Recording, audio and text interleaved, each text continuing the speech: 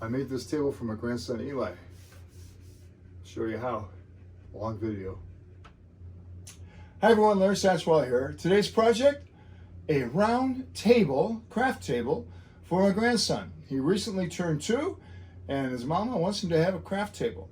Now I've made these in the past for Dana and Ken's children and Laura and Jake's children, but that was a little bit different because they already own tables and all I did was reduce the size of them, making them shorter and smaller. But Alyssa doesn't have a table, and so I'm making this one from scratch. And I'm making it out of hickory. Why hickory? Because it was free. About 1.5 years ago, a cabinet maker put on Craigslist, come and get it for free, less than a mile away.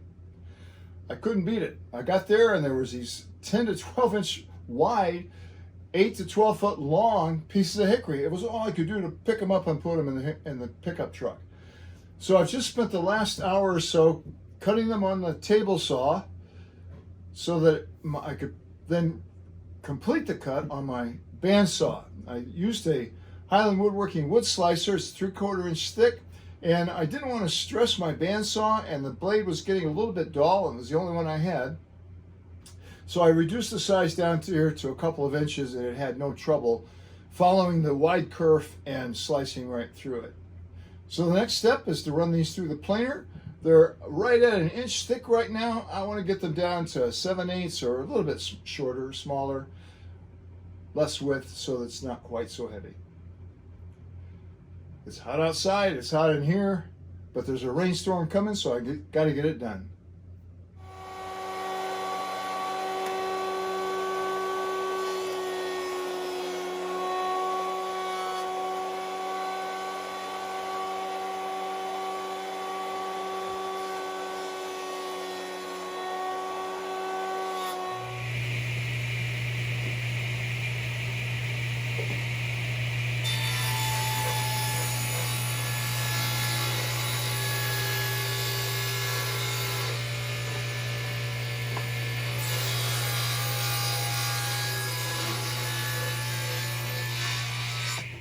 I finished milling this yesterday and I left it overnight here on stacks so it could move if it needed to move. And now it's time to do some glue up. I'm going to glue up a couple at a time. I'm not in a hurry for this and I want to try to get it as flat as I can. I'll be using Titebond 2.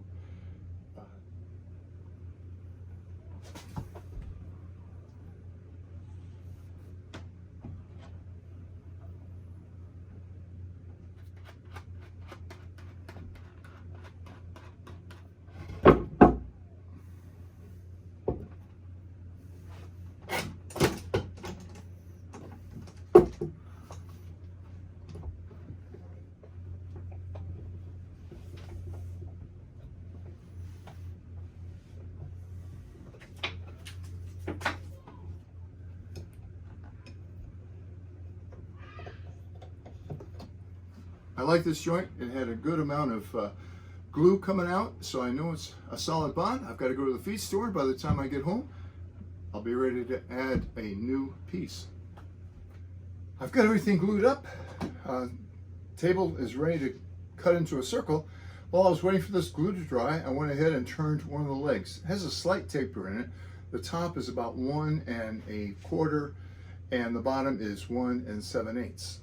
So I'm ready to take this off and sand it, make a circle, and go ahead and finish turning the other legs. I think I'll turn the legs first. It's a lot more fun. Back at it, I got the legs turned yesterday. I think they're pretty uniform and I'm really happy with them. Alyssa wanted the tabletop somewhere between 32 and 33. Well, I tried to determine the maximum I had glued up here, and this is 33 1/4. So this inner circle is 32 1/2. I thought that might be a good compromise. I have my jigsaw rigged up here with a straight line coming from the fronting of the starting blade, and I have yet to determine this hole, but I will screw that in. But anyway, I've got to get this to a starting point. So my first thing I'll do is come in here from this side and get the saw blade over here to the starting point. I have it suspended with my foam pads here so I won't cut into the table. And I have a brand new blade in here. It's a pretty aggressive blade, so I thought about using my router, but this has so much end grain. Half of the table is end grain, and with the router bit and the way hickory is, hickory's pretty brittle, and I was afraid I'd get too much tear out. So I'm hoping this saw blade will cut through this stuff without a lot of trouble, but it is very dense wood.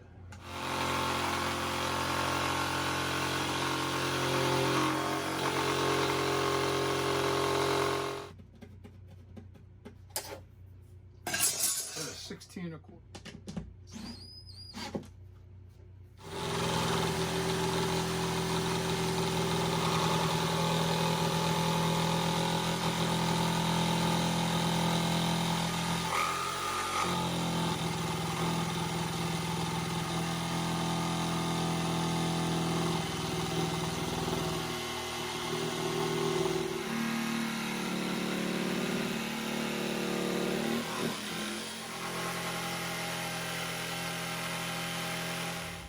It's true confession time.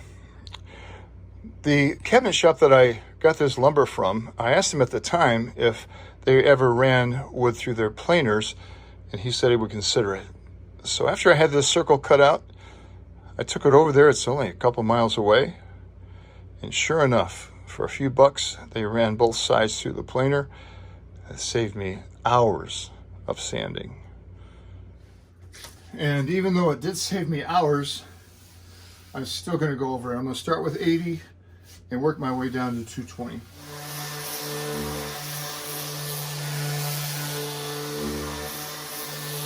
So here's what I've got. I've got a 10-degree block under here onto my vise. I've got this. I have an 1 3/8 Forstner bit centered exactly in here. So I centered it there. This vise slides. I tightened it down quite a bit. I have another center mark. I have another center mark right here, so I slid everything up and made sure that that little tiny hole there is where the drill bit kissed it. So this is straight. And I just have to determine, I haven't done this yet, I need to determine exactly where I need to drill that hole. And that's what I'll do next. I need to catch you up on where we're at. The top is finished. You're looking at the bottom, I sanded the bottom to 120, I sanded the top to 220. I thought I recorded this, but I found out I didn't. On the bottom, I put a camphor, which is about 45 degrees, and on the top I did a round over. So now I'm trying to determine where these legs need to go. I don't want them to go outside the top of the table, so I've got my framing square set up here with a ruler, and I've got them about 1 inch. The bottom of this leg is going to be about 1 inch in from here. I need to determine where to drill that hole. I have a regular leg there, and I have a brad nail with the top clipped off in this leg. So I can take this leg out, substitute it for this one, and give it a little tap. And there's going to be a little hole right there where I want to drill.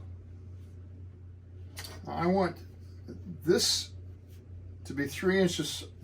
This is the cross member. I want it to be 3 inches from the inside. So I've got the bottom up, and that hole needs to be 2 3/4 in.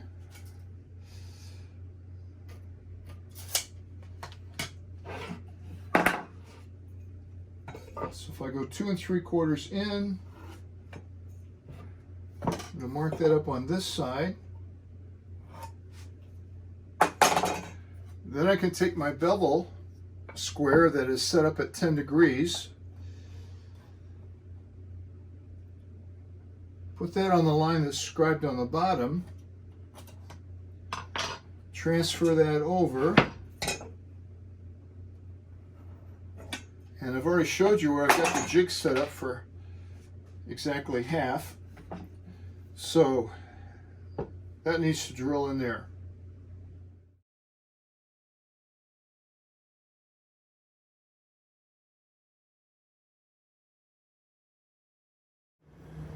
So it's time to cut this half lap.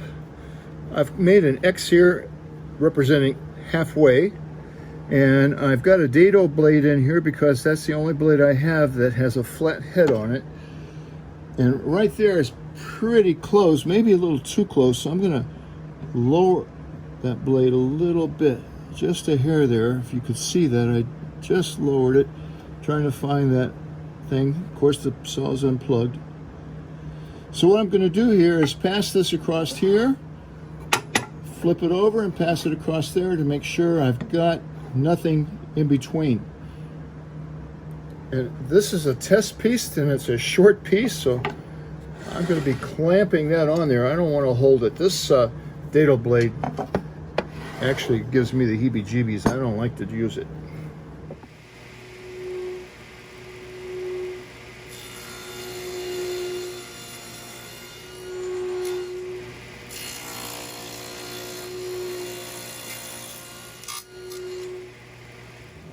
So it looks like I need to raise the blade up a hair.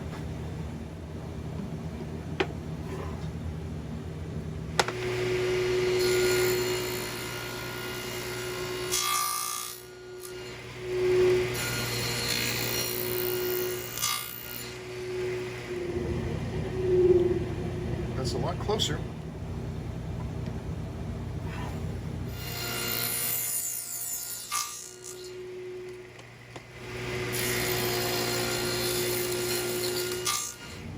I think that's going to do it, but now I'm going to cut this again a little bit wider.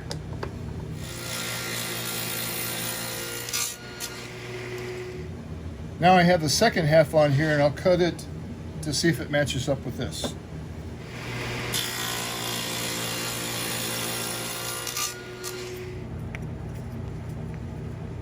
And that's the fit I was going for. This is not going to be glued, so because I want them to be able to take this table apart.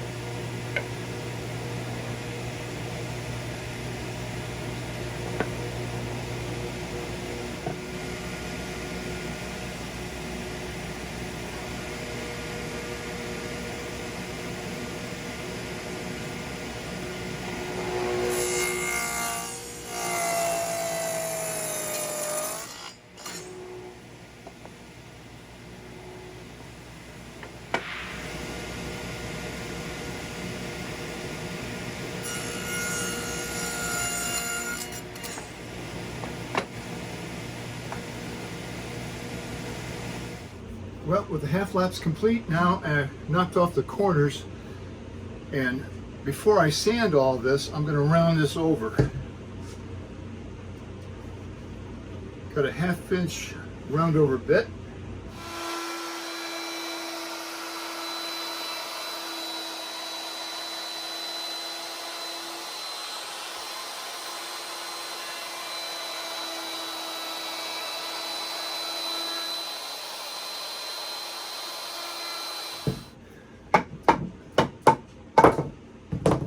love a tight joint.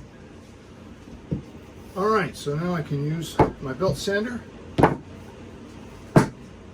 all the pencil marks and mill marks off of here.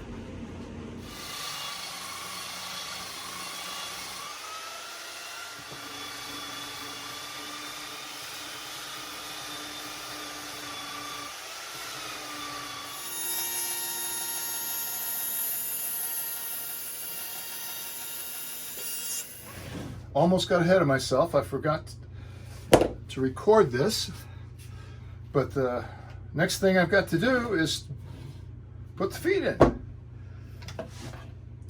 And I've got them numbered here. The important thing here is to make sure that you're not going to split the grain. So this slot is cut perpendicular to the grain. And I want the wedge to go in this direction so it doesn't split the wood this way. I'd like to put a little glue, more glue. I've got just enough in here to add to that.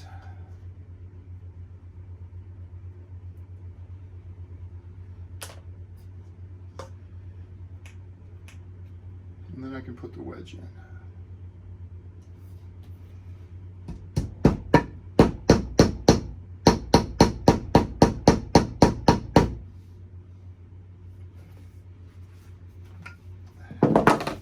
Glue everywhere. I don't want this to get on. Well, that's going to look like that.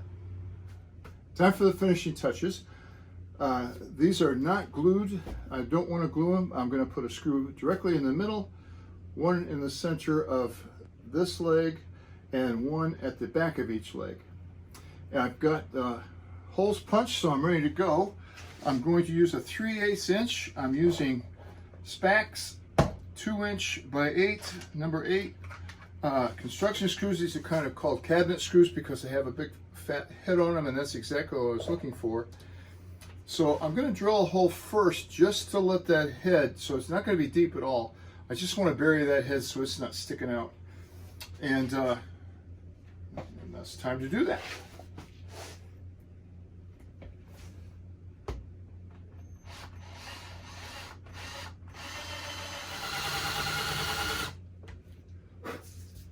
This hickory is so hard. The shank of this screw is 9/64. I'm going to use this 7/32 to drill a through hole here so this tabletop can move seasonally with the change in humidity and weather. It's not going to change so much lengthwise, but it will change side to side. So this large of a hole will allow for that movement and won't crack the top. So all of these holes that I just drilled get a through hole right through the center.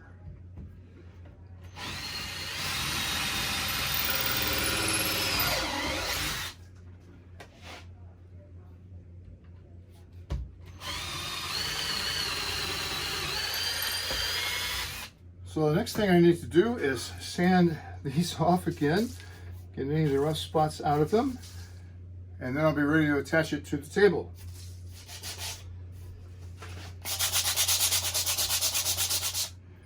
I have this centered up here, I think, 3 inches from each end. Going by one of the boards here, and it is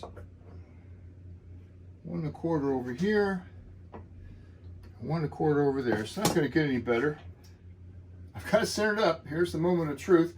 Sanded both the bottom and the top here where it had some rough edges. I've got a 3/32. That's just under the threads of this screw. What I don't want to happen, these screws are only going to go in there about 1/2 inch. I don't, or maybe a little bit more than that, 5/8 of an inch. I don't want to have these screws strip out or break. So I think I'll start in the center here, and I know that I'm not going to go any longer than that, and the center one's not going to have any movement to it at all.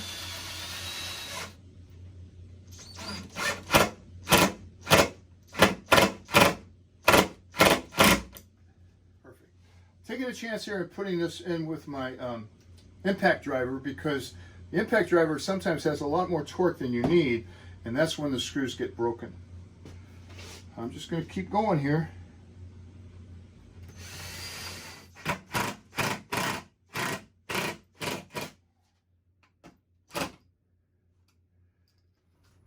I've got these Scotch leveling guides here, so I want to use those to put on the end, just to help it glide along. I don't, you know, this is going to get caught on carpet and things, and it'll make it a little taller, and I misjudged, and it is a little bit short.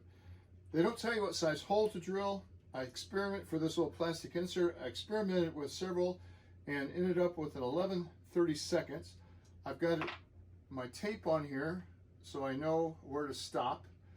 And so now the trick is to drill it straight through, down, and straight. I'm also going to epoxy these in here because I don't trust them staying.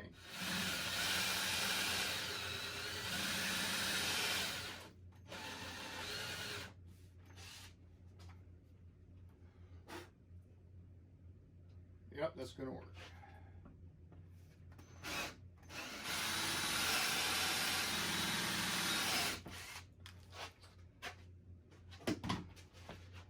Now obviously these feet are longer than this, so I need to drill an additional hole. And for that I'm going to use a 1/4-inch drill bit. And I've got that marked off, so I've got plenty of room down below.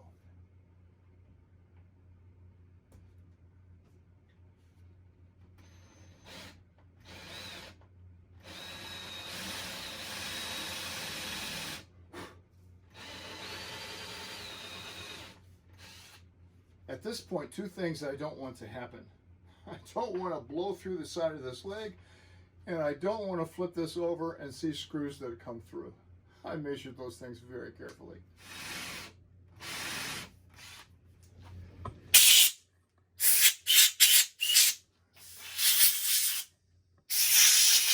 So I've got my 5-minute epoxy mixed up.